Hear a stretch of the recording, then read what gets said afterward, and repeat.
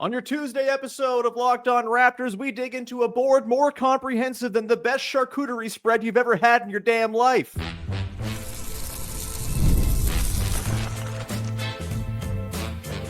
You are Locked On Raptors, your daily Toronto Raptors podcast, part of the Locked On Podcast Network. Your team every day. Hey,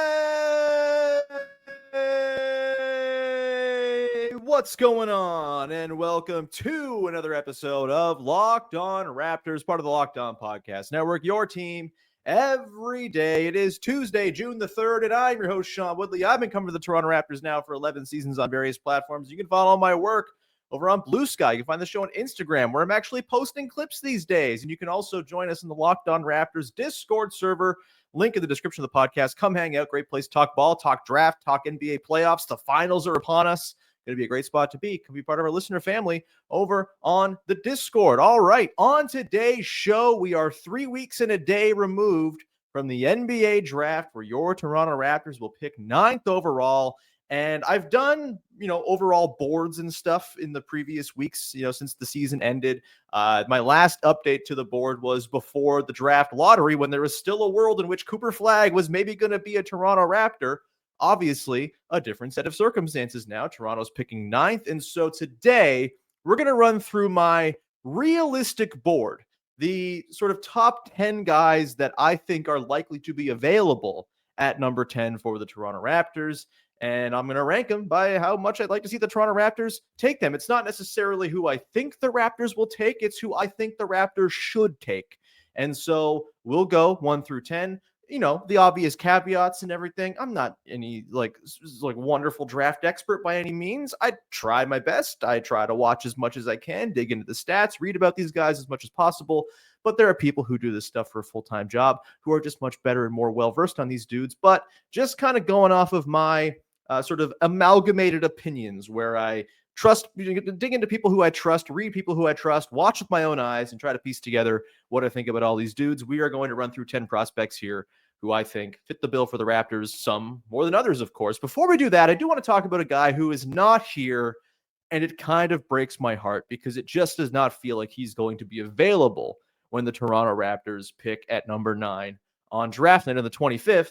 And that's Jeremiah Fears. We've talked about him quite a bit. There's a special clip from last week or 2 weeks ago when Trill Brodude was on the show. We talked about Fears. It was sort of a cutting room floor thing from the podcast. You can go check that out on the YouTube channel if you want. About 5 minutes of talking about Jeremiah Fears. And there was a time where I was optimistic that Jeremiah Fears was going to be available for the Raptors at number 9, or at least was going to be in the mix to be available, possibly there. I'm at the point now where I do not think Jeremiah Fears is going to be on the board at number 9. And so I did not include him in this exercise. And our pal Rafael Barlow from Locked On NBA Big Board kind of sealed it for me yesterday.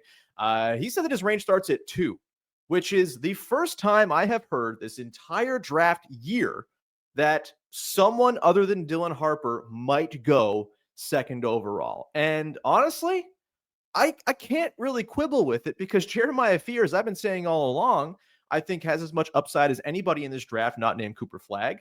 And I think, as much as I like Dylan Harper as a prospect, there are things that Jeremiah Fears brings to the table. In particular, I think maybe more shooting upside than Dylan Harper has, that kind of could portend him being a better NBA lead guard than Dylan Harper. And so Fears at number 2, that would be shocking. That would surprise a lot of people. It might make people mad at the San Antonio Spurs. But if the Spurs are picking Fears at 2, then, they're probably on to something. They're a pretty good drafting team. They have the last 2 rookies of the year. Of course, Wemby was going to win it no matter who he landed with. But they got Stephon Castle last year. They seem to know what they're doing in the draft. And yeah, I think Jeremiah Fears, he's going to be gone before the Raptors pick. If it's not at number 2 to the Spurs, then I think there's just so many teams in this class in this draft order, in this lottery, who could use an upside swing on a guy like Jeremiah Fears. The Utah Jazz, I think 100%, they don't really have any guards I'm all that crazy about. I know some people like Isaiah Collier and Keontae George. I think Jeremiah Fears would clearly be their highest upside prospect. It would be a really great guy to kind of build their offense around going forward, give him plenty of runway to, go through his lumps as a lead guard while getting tons of reps. I think the Jazz should be thinking about Fears big time at number 5.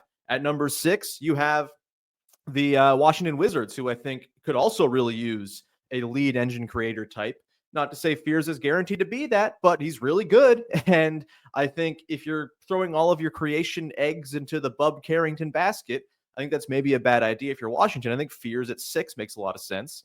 And then at 7, the Pelicans. I mean, what's their guard situation going forward? Is DeJounte Murray alive? Is he going to be on the team next year? Obviously, he's going through an injury thing right now. He'll be back somewhere in the middle of next season, one would think, after tearing his Achilles, I believe.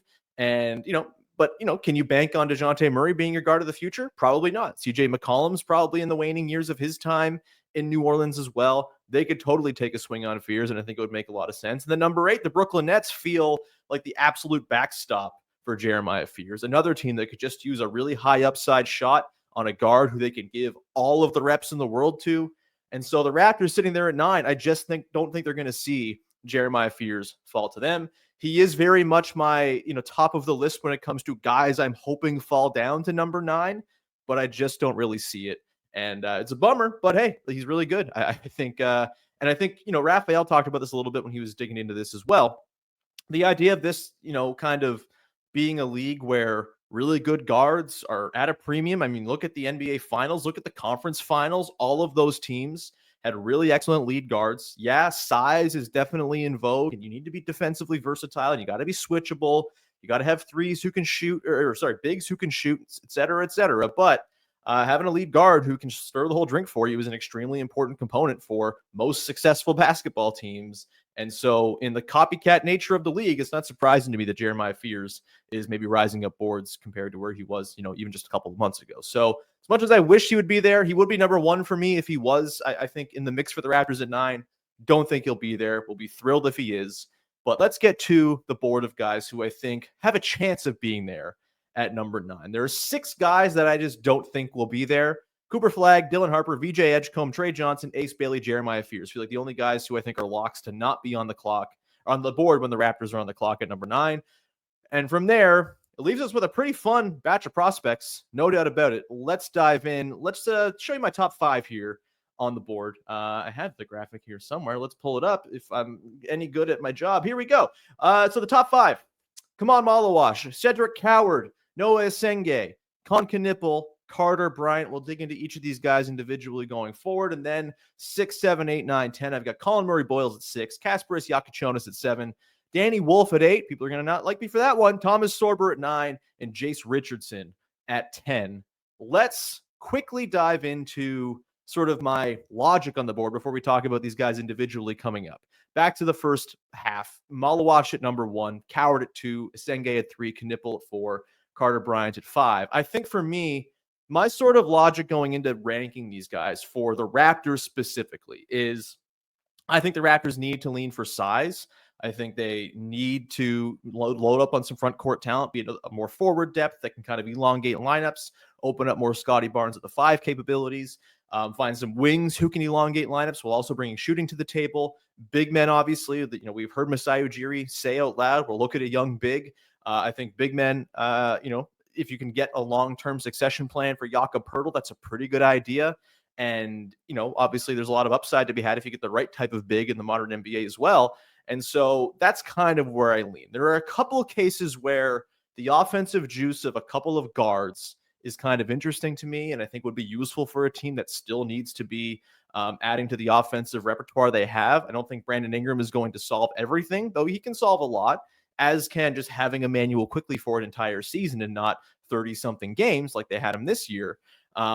So, obviously the offense finished worse than the defense last year. It seems weird to maybe target guys who are more defensively coded, but I do think the Ingram thing does a lot to address the offense. And so it's going to take a pretty special offensive player for me, I think, to think, okay, just get someone who doesn't bring any defensive juice to the table, someone who's all offense. We'll get into a couple of those guys, Kasparas Jakuciounis and Jase Richardson, kind of notable among them in this top 10.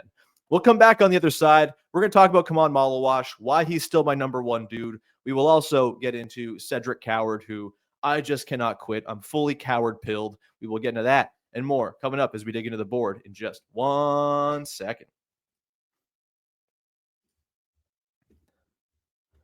Today's show is brought to you by friends over at Open Phone. If you're running a business, you know that every missed call is money left on the table. Think about the last time you had an urgent need, maybe for a plumber or a service provider. If the person didn't answer right away, did you wait? Probably not. You just went to the next company. That's why you need Open Phone. Open Phone is the number one business phone system built to streamline and scale your customer communications, all from an app on your phone or your computer. Open Phone lets you manage business calls and text from a single app. There's a shared inbox feature. That's a game changer because your team can jump in to any conversation instantly without missing a beat. And their AI agent handles after-hours calls, answers common questions, and captures leads so you never miss a customer. Super useful if you are in the small business world and you're trying to scale your business effectively. Open Phone is offering my listeners 20% off your first 6 months at openphone.com/LockedInNBA.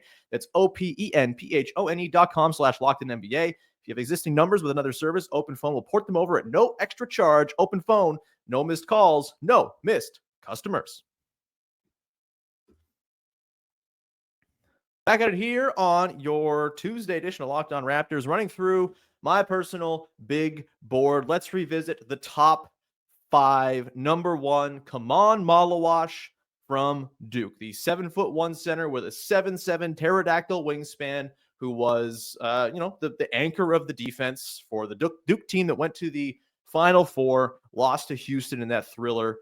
And look, Khaman Maluach did not have himself an excellent Final Four. He was really struggled in that last game against Houston. I think he went reboundless. And I do think that single game is weighing inordinately heavily in the minds of some evaluators. I know there's a lot of folks in the Locked On Raptors Discord, for example, who were kind of out on Maluach. Don't think he's all that great. I'm so into the idea of what Maluach is going to be kind of on a baseline, and what he can be is absolutely tantalizing.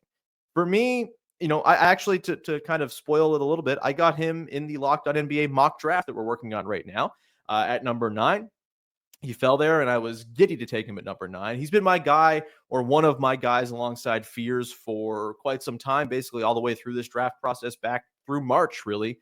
And I'm not wavering now. He's enormous, and to me, he brings like a pretty bankable set of baseline skills to the NBA. I think he's going to be a high-gravity roll man who finishes lobs very effectively. He had a true shooting percentage well north of 70% this year because he caught and dunked everything. He's not like a below-the-rim finisher. It's kind of impossible for him to be at his size, where basically he can touch the rim just by standing. He throws down dunks. He sucks in defenders because he's just this massive force of gravity rolling towards the rim. It takes, multiple guys to try to tag him, to get him off his line, to throw up those pick and roll lob opportunities. And as a result, he sucks in defenders who are guarding elsewhere, right? I think he creates space for others moving towards the rim, which is a really valuable thing. I think defensively, at the very least, he's going to be a good to very good rim protector, shot blocker, rim deterrent, right? I think we kind of sleep on this as a thing with defensive bigs. And I think Rudy Gobert is kind of the perfect example of this, where, yes, there's value in the stats they accrue, just like blocking shots and being at the rim and all this stuff. But there's also just the sort of hidden value when you have a rim protector who's that daunting, just like size wise, who takes up so much space, whose arms just like blanket you, like when Mr. Burns tries to block out the sun in The Simpsons. Like, that itself is helpful for your defense because it's constantly making your offense think and second guess itself once it probes into the paint. And I think Khaman Maluach figures to be exactly that kind of defender. I also think he's really mobile for his size. I think he's going to be pretty scheme versatile. I think there are going to be times where he can come up to the level of the screen and be a good, effective deterrent to ball handlers there, rotate back and sort of cover ground well. He's not like the fastest guy in the world, but because he's so big and his, strides are so long and bounding, I think he covers space really well. And he can recover, if someone burns him a little bit, his arms are so long that even if a guy gets the corner on him, it doesn't mean he's necessarily by him, because an arm can just kind of come out and swat a shot away. And I think if that is all Khaman Maluach is, which is like an anchor of a good defense and someone who's throwing down lobs for you, that's more than worth the number 9 pick in the draft. And I think his upside is kind of slept on, because I think we just think about upside. No, can this guy score 28 points a game and be the lead guy in an offense? No, that's not going to be Khaman Maluach. But can he be the best defensive player in a top 5 defense? I think that's in his future if it all works out. If everything hits here, I think he's just going to be the kind of guy who's making all defense teams, who's flirting with the defensive player of the years at some point, just because of his size and the way he covers ground. It's just the most important position defensively in basketball. It still is, even though there are wings and guards finding themselves on all NBA teams now. I still think bigs make just by far the most impact on good, effective NBA defense. And when you have less than stellar point of attack defense in Emmanuel Quickly, who I actually think is fine to, average. Like, I don't think he's terrible by any means. RJ Barrett's still on the team. Brandon Ingram is maybe not the best point of attack guy in the world. Having someone to clean up those messes at the back end is awesome. And I think the idea of Scotty Barnes and Khaman Maluach together as a 4-5, 3-4-5 years down the road from now, really, really intriguing and just gives you such a high floor defensively. We've seen how good the defense was this year with Scotty Barnes and Jakob Poeltl, who's like a pretty good rim protector, who doesn't have the physical dimensions that Maluach does. And when those two guys were on the floor, the Raptors were just flat out a good defense, a very good defense in their time together. I think that's how good Scotty Barnes is. And I think having like a really good rim protector next to him, really exciting stuff. And then you factor in the 3-point shooting upside, which totally speculative right now. There is no proof of concept really with Khaman Maluach as a shooter, other than he's a pretty good free throw shooter, mid to high 70s from the line. That's an encouraging start. The fact that he's also pretty new to basketball gives me some hope that he can kind of figure things out and eventually round into form as a 3-point shooter. The other thing too is like he's going to be asked by whatever team drafts him to get in the gym and take a million threes. And whether that works out, who the hell knows? But I don't think his success as an NBA player depends on that. It is an extra beautiful bonus that probably turns him into like a top 3 player in this class if it all works out. But even if it doesn't come around, I think the finishing on the interior and the defense are just going to make him a really high floor player. The passing needs some work, the connective stuff, the short roll stuff, that all needs some work for sure. You'd hope that's something that can come along as well as a guy who's newer to basketball and is still kind of learning the ropes. And, I think just, again, the baseline with Maluach is so high that I have it'd be honestly one of the top 8 teams not taking him seems stupid to me. If he's there at 9, I think it's because someone screwed up. And I think if he's there at 9, you take that all the way to the bank and you laugh and you say, hey, we have our long-term succession plan for Jakob Poeltl. We have our 15 to 20-minute backup for next season behind Jakob Poeltl. And you're laughing going into next year with Khaman Maluach on your team. Beyond that, number 2 on the big board, Cedric Coward, who I talked about at length last week on the show, so I don't need to really relitigate it all that much here. I think he's just a really good, well-rounded basketball player, and I think he is like far enough along in his development curve where, we'll talk about Carter Bryant in a second here, number 5 on my board. I think like Carter Bryant, if everything works out for Carter Bryant, he kind of just becomes what Cedric Coward already is, which is a guy with really excellent physical dimensions. Bryant's maybe a better athlete overall, but Cedric Coward graded out extremely well at the combine. He was 4th fastest in the 3-quarter sprint. 3rd fastest, by the way, was Jeremiah Fierce. Like, those guys are pretty close. 5th best standing vertical leap, 9th best max vertical leap for Cedric Coward. The 6'6" height, the 7'2" wingspan, and just the ludicrous shooting touch. I know the knock against him playing at Washington State and before that Eastern Washington is that he never had good quality competition, but I kind of think shooting touch just travels no matter where you're playing, and he's hit 40% of his threes and is like a 70% true shooting guy who hits like all of his mid-range shots no matter the level he plays at. I think that carries over. He's a mid to high 80s free throw shooter as well. Don't think you can really teach that kind of shooting touch. And so for me, the physical dimensions plus the shooting, I think Cedric Coward is just like a pretty bankable NBA player, even with the concerns about the lack of tape and the lack of high-end quality competition. Even his 6 games in college were in the West Coast Conference. Like, it's not exactly any great shakes, but overall, I just think you can't happen into being as efficient as he was at all of his college stops. So he's number 2 for me. Number 3, I have Noa Essengue. We've talked about him a little bit too. Maybe my favorite player in this class just to watch play basketball. So coordinated, so smooth, absolutely thrilling to watch in the open court. A damn excellent transition player as someone who is a child of Pascal Siakam, or I guess an adult of Pascal Siakam, who just like really loves fun open court basketball. I think Noa Essengue is going to be one of the best transition players in the league in a few years' time. Once he settles in, he's just so graceful with the way he moves. He dunks everything. He's crazy long. I think his handle is functional enough in the open court to be totally fine as well. And I think defensively, I think he ends up a pretty awesome defensive player, an event creator, blocks, steals, help side rim protection. You watch his tape and there are examples of him, like he's kind of rail thin. He's not exactly built, but in post defense, he's pretty rock solid. He might get moved off his spot, but he never bites at pump fakes. He's always on the ground. He's always long. He's got crazy long arms. We don't have official measurements on him because he didn't go to the combine because he's still playing in the playoffs for Ulm over in Germany. But I just think there's a lot to like here that's going to fit in really nicely on an NBA floor. The reason I have him number 3 behind Coward is I am a little concerned about the half-court offense. The mid-range stuff looks a little wonky. The floater game, the pull-ups, that type of stuff, the turnaround jumpers. It's a little bit of an ugly aesthetic watch for Essengue. A lot of his points are sort of off of cuts in transition, catch and shoot threes, that type of stuff. The threes obviously need to come along as well. Only shot under 30% this year in Europe so far. It seems like a shot that's reasonably clean and looks all right to the, amateur shot doctor over here.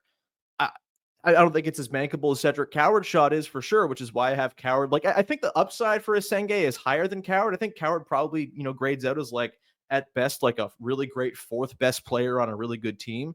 I think if it all hits for Essengue, he probably has way more star outcomes than Coward does. But if I had to bet on who is more likely to contribute to winning basketball over the next 10 years, I'm probably going Coward over Essengue by a hair, though I do think Essengue is going to fit in nicely and find a real cool role in the NBA. There's a little overlap with Scotty Barnes' concern there as well, which we've talked about with Collin Murray-Boyles, and I think that kind of is there with Essengue as well if he can't shoot. We'll come back on the other side, rattle through the last 7 guys on my big board. It really, to me, is down to those 3 guys, Maluach, Coward, or Essengue. If it's one of those 3 guys at number 9, I'm absolutely thrilled. If it's any of the other guys we're going to talk about here, I'm not as thrilled, but certainly you could talk me into a lot of these dudes. We'll talk about those guys to close out the show coming up in just one sec.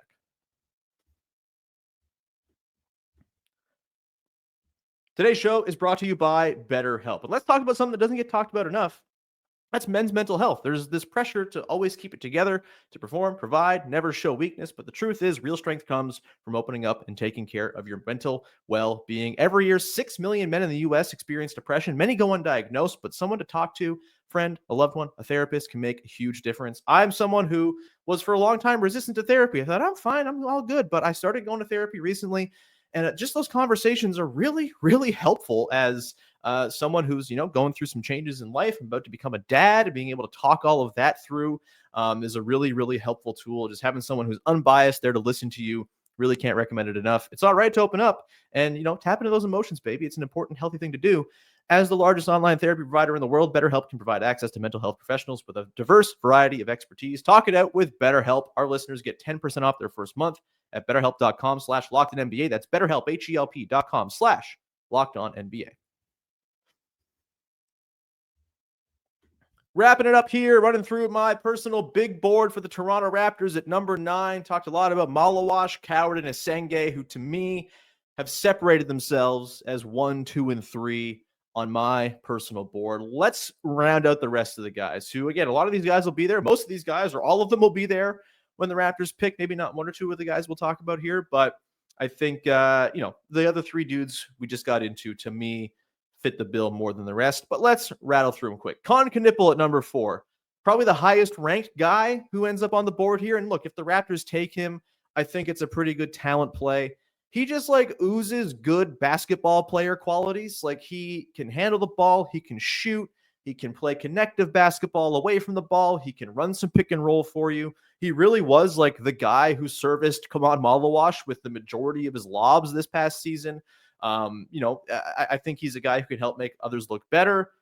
Really worried about the tools and the physicality and, frankly, the overlap with a lot of the guys the Raptors already have.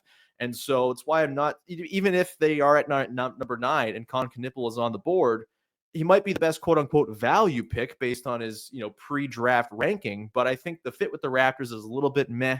I think, they could just use some reinforcements in other areas. And so he's 4. Again, if all the other 3 guys have gone off the board, in some miraculous occurrence, and Jeremiah Fears is also not there, then hey, maybe you talk yourself into Knueppel, though I think one of those other top 6 guys probably has fallen in this case, and maybe you're just taking one of those dudes. So, again, I think he's going to be a good NBA player, depending on where he ends up for sure, but for me, it's just not the right fit with the Raptors. So Knueppel, number 4.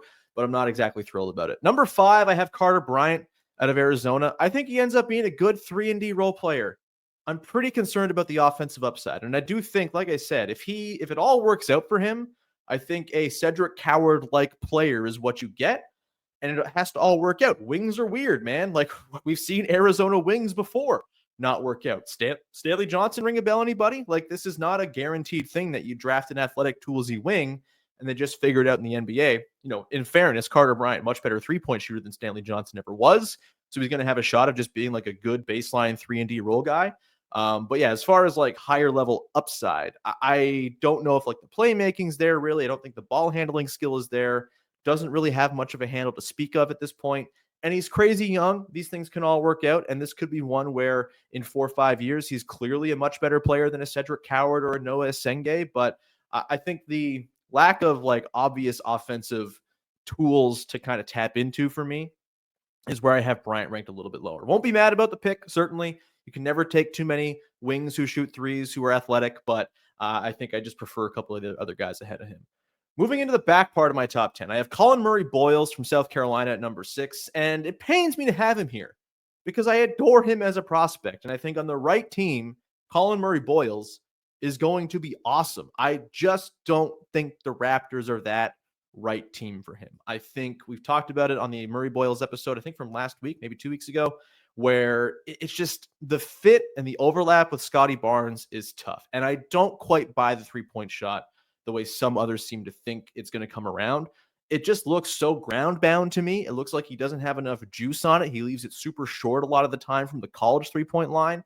And look, you can improve form. You can, do leg training and stuff like that and figure out a way to get more lift on that shot. But I think it looks a little less projectable to the NBA than a lot of other guys' 3-point shots. And I just think we overrate the possibility that guys who have had like a proven track record of not shooting in college to just go become shooters in the NBA.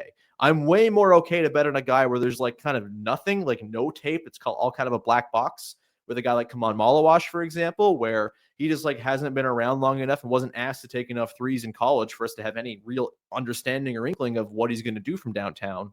Whereas with Collin Murray-Boyles, he took a few attempts a game this past year, and the free throw shooting is like, okay, 70%. It's not great. It's not amazing. And so with that, I think he's going to be really good. I think he's likely going to be, like I said, I think on the episode where I talked about him a couple weeks ago, I think Murray-Boyles, Maluach, and Flagg are the 3 most likely all defense players to come out of this draft.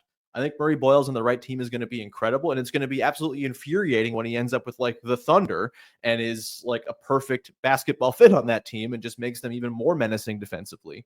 But I just think with the Raptors, it's a tough peg to fit in that round hole. That said, like if they take him, I'm not going to be mad because he does a lot of cool things I'm excited to watch. And I just don't think it's the best position for him to succeed as a player. And only the Raptors are in a position where they can really give him all of the runway to optimize what he can do with his many talents. But he's a very cool player. And like on just pure aesthetic enjoyment watching him, he's probably in the top 3 for me from the of this group. It's a tough fit, I think. And I think fit has to matter when you're drafting at a part of the draft where it's pretty even. Like a lot of these guys are like very similar in terms of talent upside. I think a lot of them project to be on the right team, good starters on teams that provide helpful contributions to winning. I just think the fit's not going to be quite there to make Murray-Boyles totally sing with the Raptors the way it might with some other teams. Number 7, I do have Kasparas Jakuciounis. He's kind of the first guard I have here. Look, he's a bigger guard, which is why I'm a little more open to the idea of adding him to the mix. I'm not super high on him. I do think his ability to get to the rim is going to be challenged in the NBA against NBA defense and NBA athletes.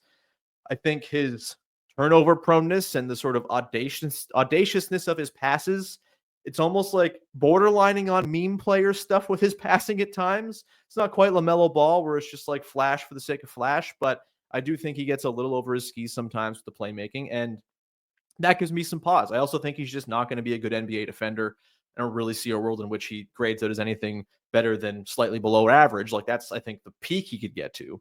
And if that's the case, I think if you're drafting a guy like Jakuciounis, you're probably doing with the sort of thought in mind of, he can kind of run our offense. He can be the engine of our offense. But I don't know if he's going to bring enough of the other stuff And I don't think he's going to bring enough defensively to make you okay with that. I think we've even seen in these playoffs, right? When you have a lead guard who is a constant target for other teams' offenses, it can be challenging to get by. We saw with Jalen Brunson. And Jalen Brunson is incredible. I think he's a way better shot maker and stuff than Jakuciounis is. That said, I do think Jakuciounis is going to be a good three-point shooter.